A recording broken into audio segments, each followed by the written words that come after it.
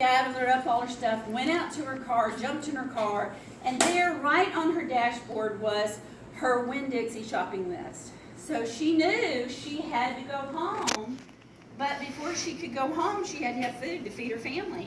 So she ran to Winn-Dixie. And as she grabbed her list and ran in, she decided that, yeah, she was going to go to the right. She was going to go to the produce section first. She was grabbing bananas and grapes and all the things you can put in a lunchbox.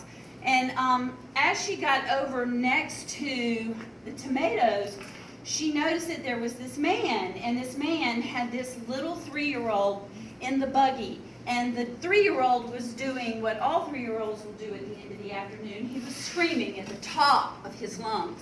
And all this teacher could think was, thank you God, mine are not that small anymore. And she overheard this man, and she was in shock. Because this man was going, it's okay, Anthony. We're going to pick the best tomatoes we can, and we're going to put them in this plastic bag, and we're going to get to the checkout counter.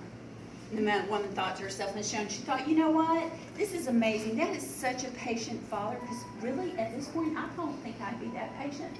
And she just smiled and went around him. And as she's going up and down the aisles of this grocery store, who can she hear even over the music that's being pumped into the store?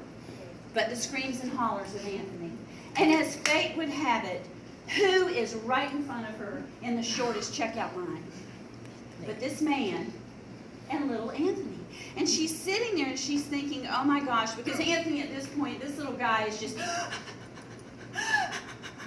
and she just cannot believe this father. He is sitting there going, look, Anthony, I'm getting everything out of the buggy. Look at it. It's going down the conveyor belt. Look at that nice woman. She is ringing it up for us. And as the man gets there, he goes, look, Anthony, I am swiping my ATM card. I am remembering my code number. Isn't this wonderful, Anthony? And at that point, the teacher had to say something. She reached over and she said, sir, I just need to tell you, you are such a patient father. Anthony is so blessed to have you as a daddy. And at that point, the man heaved the heaviest sigh she had ever heard. He turned and looked at her and took her hand and said, ma'am, I'm Anthony.